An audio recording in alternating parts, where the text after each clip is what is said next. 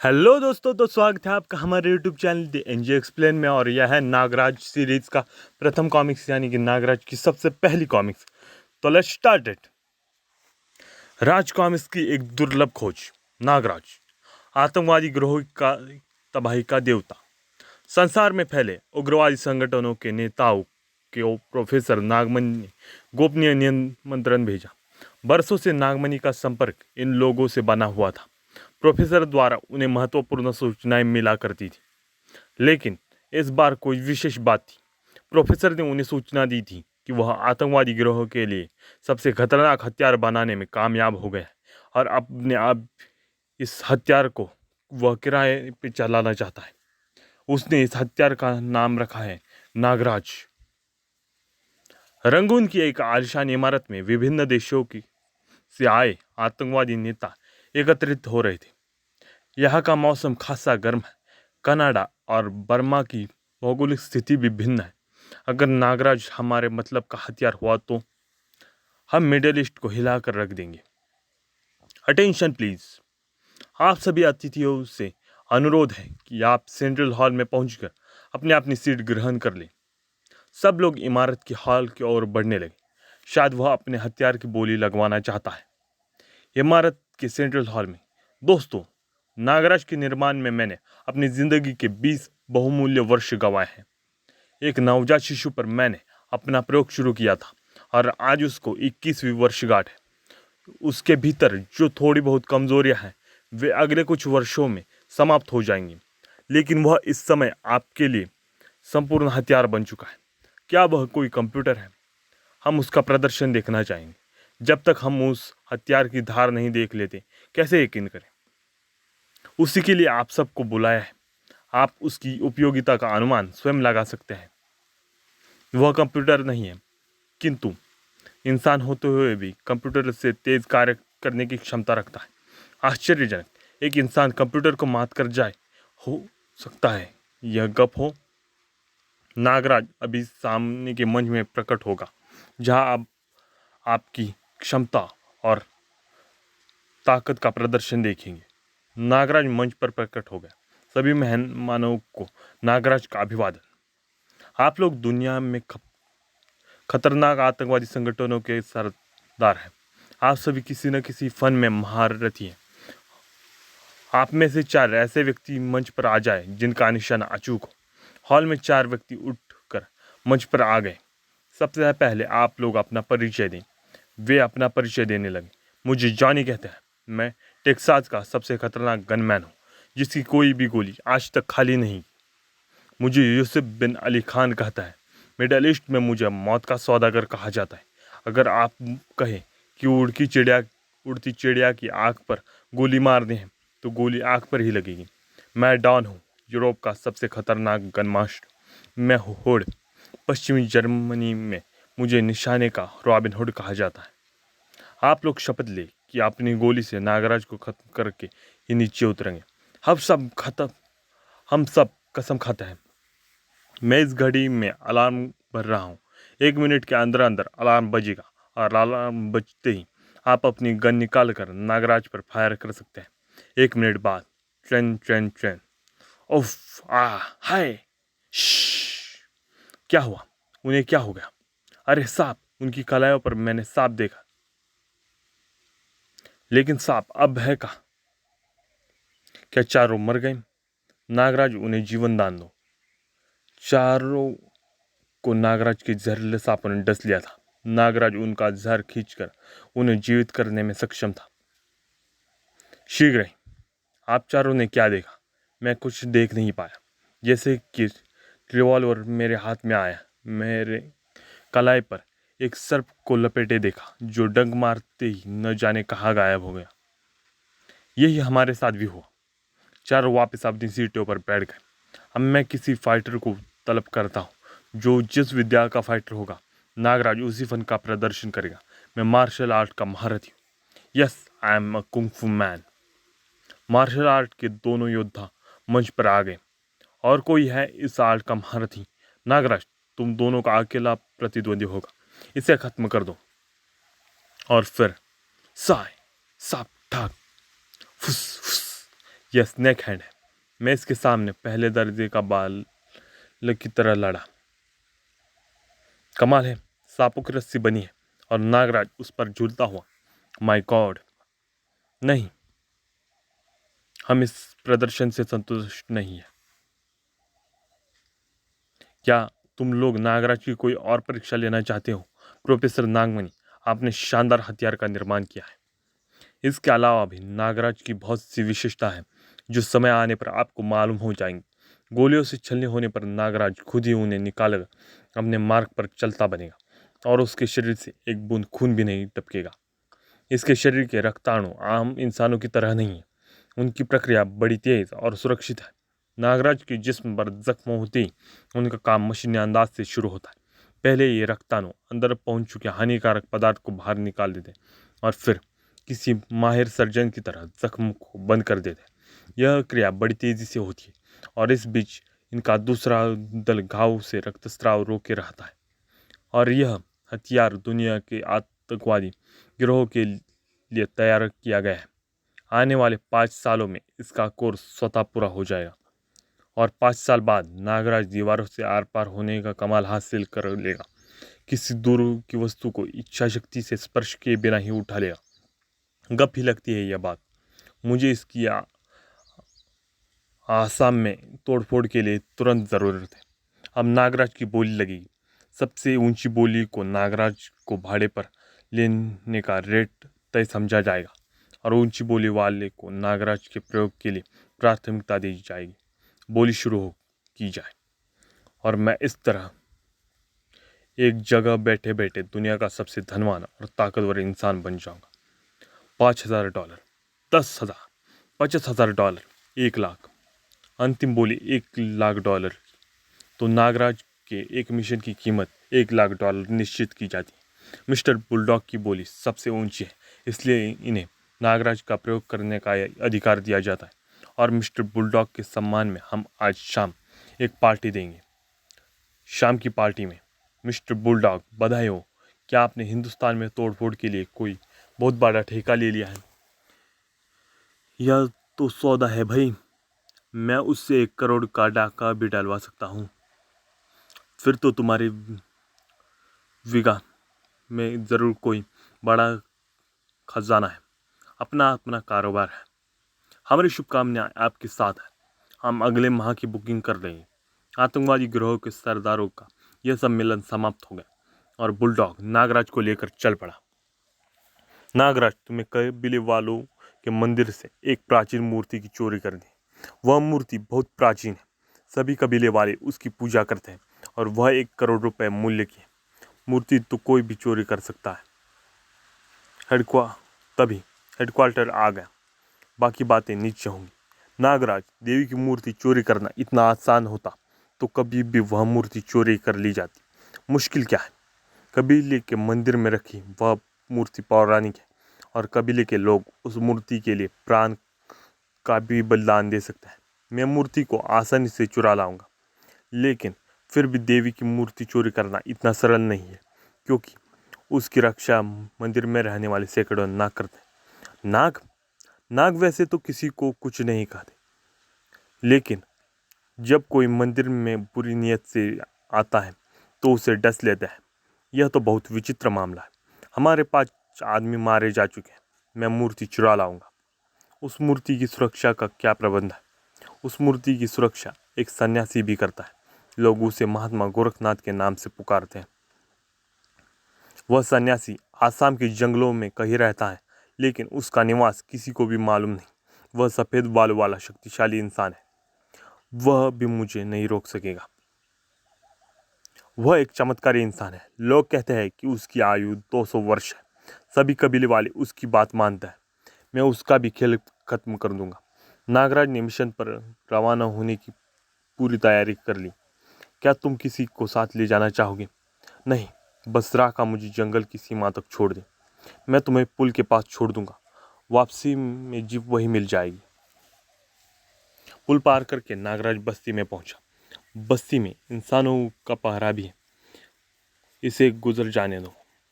जागते रहो। मंदिर के पार्श्व भाग में बड़ी खतरनाक पहाड़ी पर खड़ी है इसकी पिछली दीवार। नागराज खुरदरी दीवार पर आसानी से चढ़ गया और फिर शीघ्र ही नागराज नागरस्सी का प्रयोग करता है।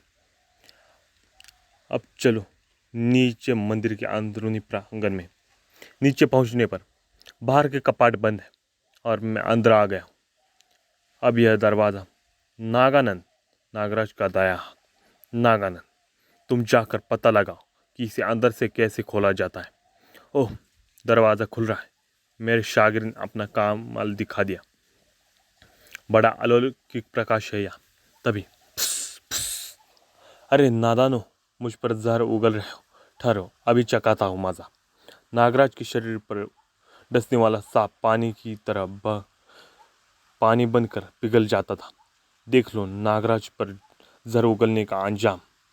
बचे हुए नागराज की जहरीली फुंकारों से छलनी हो गए और फिर नागराज मूर्ति की तरफ लेकिन तभी यह मुकाबला जोरदार रहेगा। मेरे जहरीली फुंकार का इस पर प्रभाव नहीं हुआ। इसका मतलब यह किसी विशेष दर्जे का सांप है। साहे नागराज उस सांप को घायल करके बेहोश कर देता है। उफ, काफ़ी खतरनाक बला थी। सचमुच इस मूर्ति को चुराना आसान काम नहीं, लेकिन अब यह मूर्ति मेरे हाथों में है। अब यहाँ से चलना चाहिए। लेकिन फिर गश्त करते चौकीदार ने मंदिर के गुंबद पर प्रकाश देखा। वह कौन है मंदिर के गुंबद पर?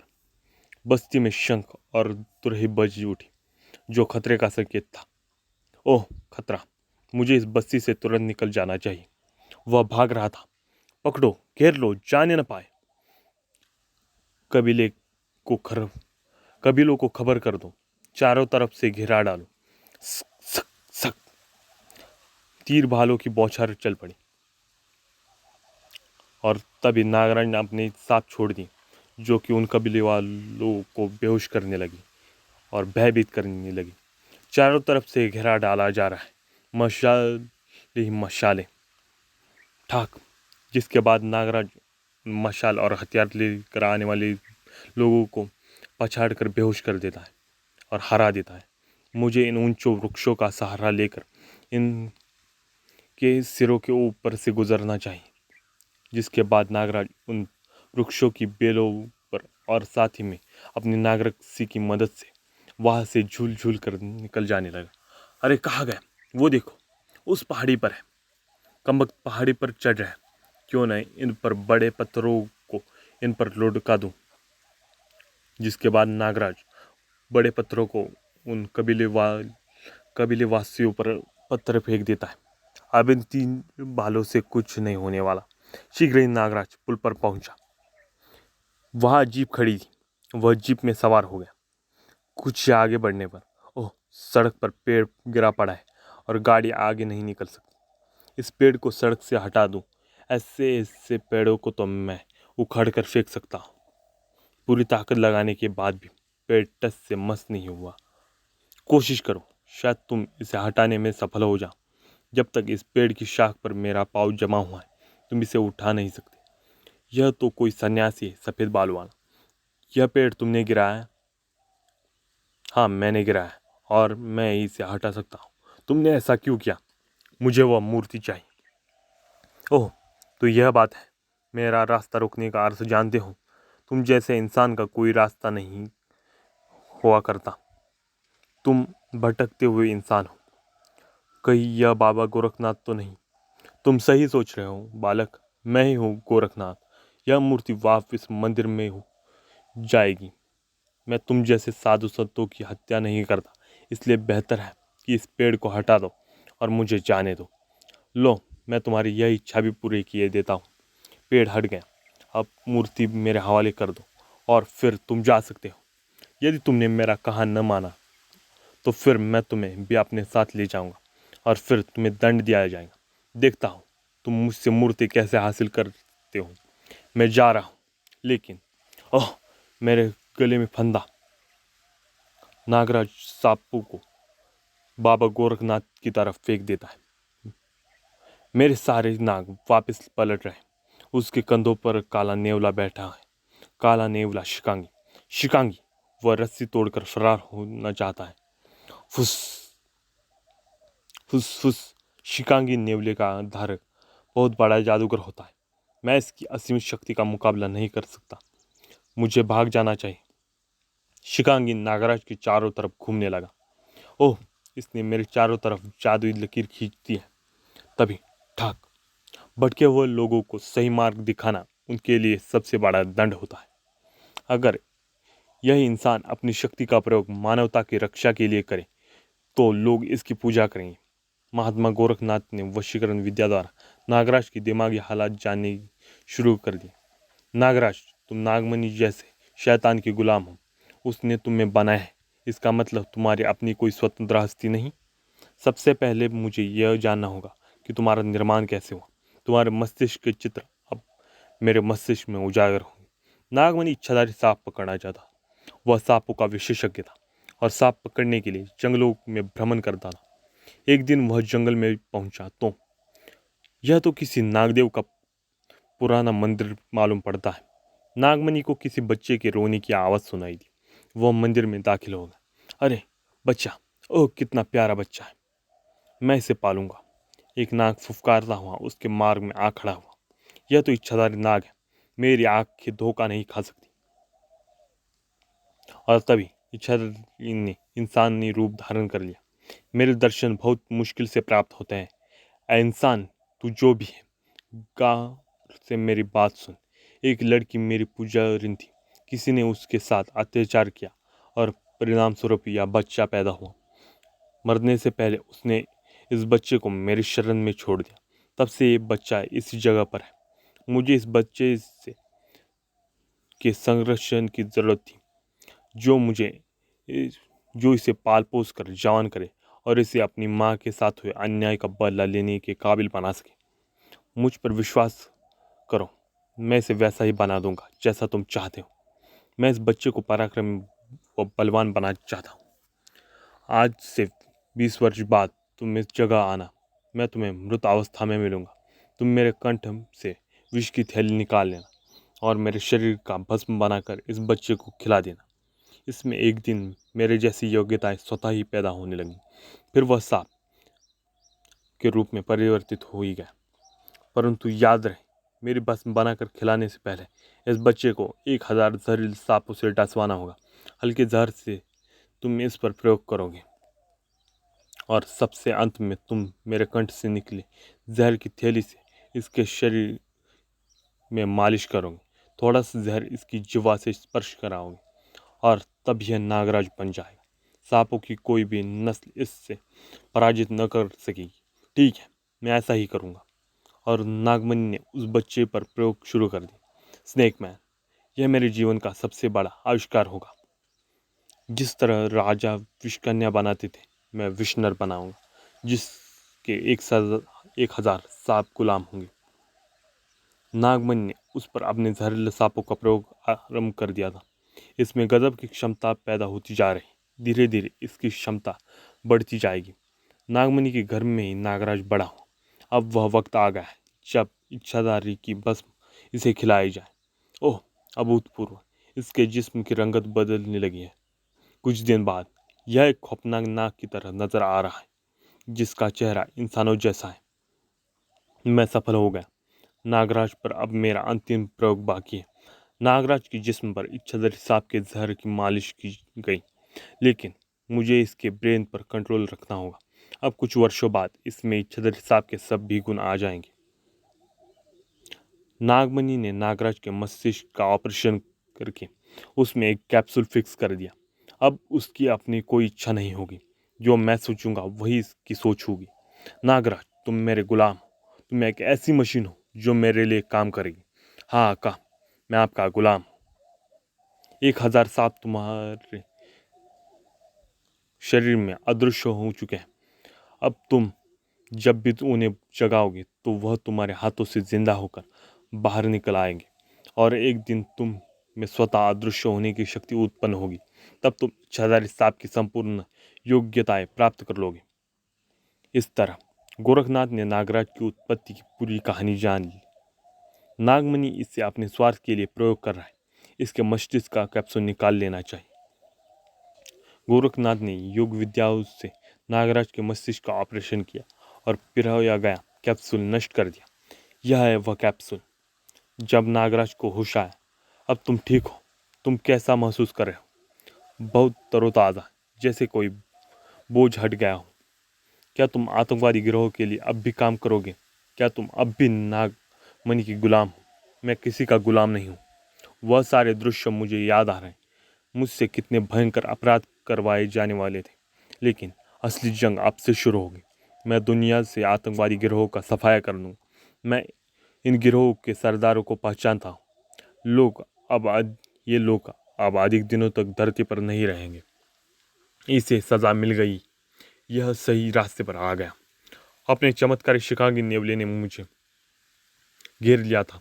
अगर यह देवता तुल्य नेवला आपके पास न होता तो मैं आपके काबू में न आता। काला नेवला शिकांगी नस्ल का होता है, जिसके दर्शन भी दुर्लभ होते हैं। ये नेवला वशीकरण शक्ति का स्वामी माना जाता है। यह अपने आप में बहुत बड़ी जादुई शक्ति है। जंगली लोग इसकी पूजा करते हैं और जादूगर अपनी कला के इसकी साधना करते हैं। यह नेवला गोरखनाथ ने बड़ी साधना से प्राप्त किया था, और जब से शिकांगी उसके पास था, वह रहस्यमय शक्तियों का स्वामी बन गया था। मुझे शिकांगी ने ही इस बात की सूचना दी थी कि तुम मूर्ति चुरा कर भाग रहे हो, और किस रास्ते से भाग रहे हो। जाओ, शिकांगी की कृपा से तुम आज़ाद हो गए हो। मैं आपको कभी नहीं भूलूंगा। आप सचमुच देवता है। न जाने मुझसे कितने अपराध होते, और न जाने कब तक मैं नागमणि का गुलाम रहता। और जब भी तुम मेरी आवश्यकता पड़े, तब तुम मुझे याद कर लेना। तुम मुझे अपने मस्तिष्क में खड़ा पाओगे। जाओ, मेरा आशीर्वाद तुम्हारे साथ है। नागराज का नया जन्म हो चुका था। उसे बाबा गोरखनाथ का आशीर्वाद प्राप्त हो, और वह आतंकवादी गिरोह के विरुद्ध उठ खड़ा हुआ था। अब देखना देखा यह जा कि उसका निशाना सबसे पहले कौन बनता है। उधर गोरखनाथ ने मूर्ति को यथास्थान उसी मंदिर में स्थापित कर दिया। मूर्ति तत्काल लौट आने से सांप्रदायिक हिंसा रुक गई और कबीले में गोरखनाथ की जय जयकार होने लगी। नागराज अपने सफर पर निकल पड़ा। समाप्त। तो दोस्तों, ये थी नागराज की सबसे पहली कॉमिक्स। ये कॉमिक्स आपको कैसी लगी, ये आप मुझे कमेंट सेक्शन में बताएं। साथ ही में अगर ये वीडियो पसंद आए हो तो इस वीडियो को लाइक, शेयर और मेरे चैनल को सब्सक्राइब कीजिए। हाँ, और साथ ही में मेरी आपसे एक रिक्वेस्ट है कि आप अगर इस वीडियो को पूरा का पूरा देख चुके हैं तो एक अच्छा सा कमेंट भी कर दीजिए, क्योंकि मुझे आपके लाइक्स और कमेंट से बहुत ज़्यादा मोटिवेशन मिलता है। क्योंकि अब पीरियड ही कुछ ऐसा है कि मुझे वीडियोस बनाने के लिए मोटिवेशन की ज़रूरत पड़ने लगी। पहले मुझे ऐसा लगता था कि मैं अपनी विल पावर से करूँगा, और मैं अपनी विल पावर से ही वीडियो बना रहा हूँ। अब ये बात आप पर रहती है कि आपको मेरे चैनल को आगे बढ़ाना है और फैलाना है। Thanks for watching. जय हिंद, वंदे मातरम।